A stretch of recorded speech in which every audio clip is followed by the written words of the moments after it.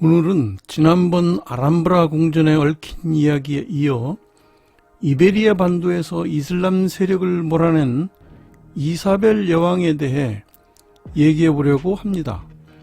이사벨 여왕의 여러 결단과 행동으로 콜럼버스의 신대륙 발견, 유대인 추방으로 인한 네덜란드 독립전쟁과 주식회사의 탄생 등 세상을 바꾸는 일들이 일어나게 됩니다. 이웃나라 포르투갈에서 시집온 이사벨 왕후는 자신의 이름을 따서 아이에게 이사벨이라는 이름을 주었어요. 이사벨 공주가 태어나던 당시 카스티아 왕국은 루나 수상의 부정부패로 쇠약해지고 있었습니다. 왕후는 나약한 후안 2세 대신 사별한 전처의 아들인 에니케 왕자와 함께 루나 수상을 처형하고 권력을 장악했습니다. 그리고 후안 2세에게 아들까지 안겨줬지만 아이가 돌도 되기 전에 연약한 국왕은 숨을 거두고 말았어요. 이어 엘리케 왕자가 왕위에 올랐으나 이사벨 태후가 언젠가 자신을 제거하고 알폰소 왕자에게 왕위를 물려줄 거라는 강박증에 시달렸습니다.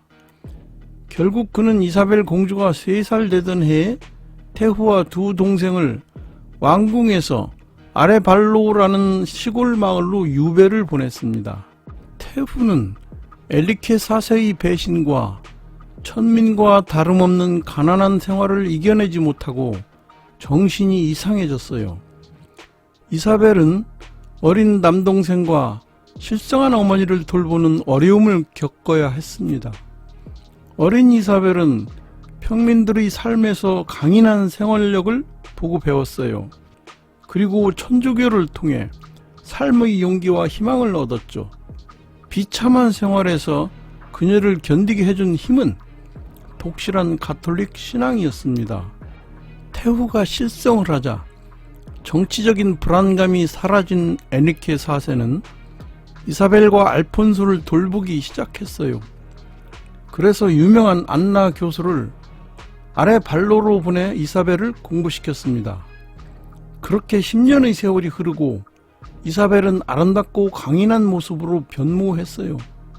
1462년 왕은 이사벨 모녀를 가까이에 두고 감시하려는 의도로 세고비아 궁궐로 불러들였습니다.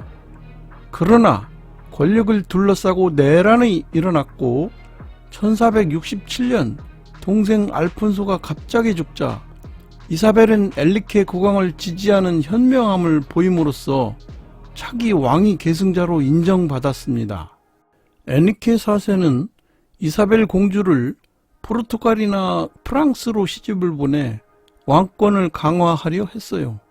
그러자 이사벨은 천주교 전도사를 보내 각국의 왕과 왕자들에 관한 정보를 파악했어요. 에니케 4세는 이사벨을 40이 넘는 포르투갈의 아폰소 5세와 결혼시키려고 했습니다. 더구나 자기의 딸 후아나와 포르투갈의 주황 왕자와 결혼시켜 아폰소 5세 사후에 카스티아와 포르투갈을 합병시키려고 했죠. 1469년 이사벨은 왕궁을 빠져나와 바야돌리드로 도망쳤어요. 그리고 이사벨은 능력있고 멋진 젊은 아라고니 페르난도 왕자에게 편지를 보내 상황을 설명하고 청혼을 했습니다. 페르난도 역시 그녀와 결혼하려고 위험을 무릅쓰고 그의 측근들과 함께 상인으로 변장한 채 350km나 되는 바야돌리드까지 왔어요. 두 사람은 1469년 10월 19일 바야돌리드에서 결혼식을 올리고 부부가 되었습니다. 그리고 후일 이곳 카스티아 왕국의 수도였던 세고비아의 알카사르성에서 이사벨 여왕의 즉위식이 열렸어요. 또 알카사르성은 백설공주와 7난장이의 전설이 깃든 성이죠.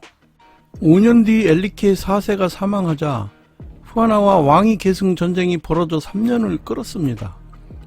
그러나 결국 포르투갈과의 협상으로 이사벨은 카스티아의 왕위를 인정받았어요.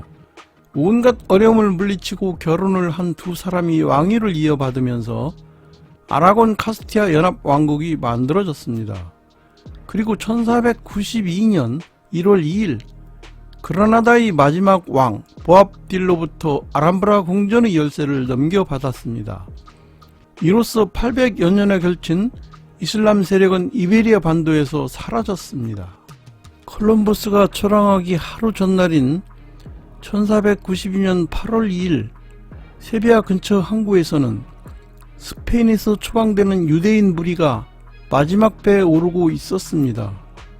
이슬람 세력을 쫓아내고 스페인을 통일한 이사벨 여왕은 유대인들에게 가톨릭으로의 개종과 국외 추방 중 양자택일을 하라고 윽박질렀어요.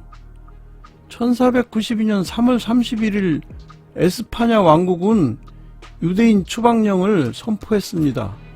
즉 콜럼버스의 출항 전날은 유대인의 이주가 허락된 기한의 마지막 날이었던 것이죠.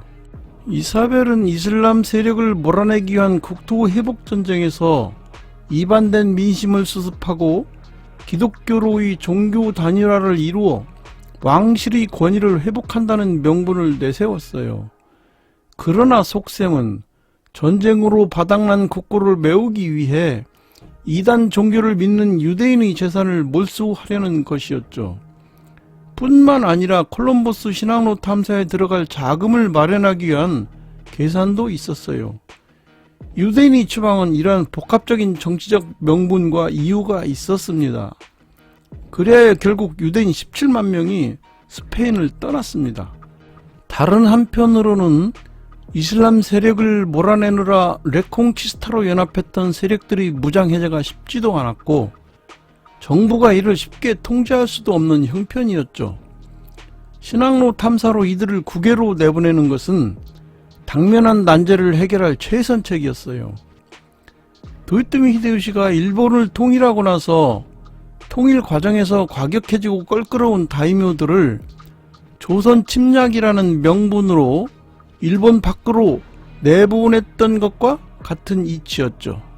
392년 기독교를 로마 제국의 정식 국교로 채택한 데오도시우스 황제가 유대인은 예수를 죽게 만든 하늘의 죄인이자 기독교의 적이라고 선포했습니다.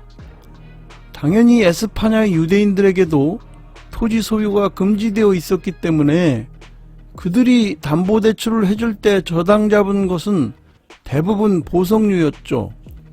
에스파냐 당국은 유대인의 재산 처분은 허용하되 화폐와 금, 은은 가지고 나갈 수 없다고 발표했습니다. 유대인들은 재산을 헐값에 처분하여 몇 필의 포목이나 당나귀로 바꾸었고 그나마 저당 잡은 보석류를 들고 종교 재판을 피해 스페인을 빠져나갔습니다. 유대인들이 이주해간 안트워프와 암스텔담은 훗날 다이아몬드 보석 시장으로 자리잡게 되었습니다. 반면에 유대인의 추방으로 이베리아 반도는 생산과 유통 기반이 무너져 경제 위기가 왔어요. 유대인들이 살았던 주요 상업도시의 집세가 반으로 폭락하고 은행이 파산하는 등 상업과 금융업이 큰 타격을 받았습니다. 이후 스페인은 신대륙에서 들여온 금과 은 등의 막대한 자원으로 외형을 넓혀갔지만 내부적으로는 큰 타격을 입었습니다. 동인도 제도에서 후초와 향신료로 싣고 와도 유대인들이 구축했던 유통망이 붕괴되어 북유럽의 소비자들에게 판매할 판로가 없었기 때문이었죠. 포르투갈 리스본항에 들어온 향신료는 할 수 없이 유대인들이 있는 안트워프로 보내 유통시킬 수밖에 없었어요. 스페인은 결국 유대인들이 떠난 지 반세기 만인 1557년 첫 파산 선고를 하는 등 국운이 급격히 기울었죠. 그러나 아이러니컬하게도 콜럼버스가 발견한 신대륙은 유대인들이 후손에게 피난처를 제공해 주었습니다.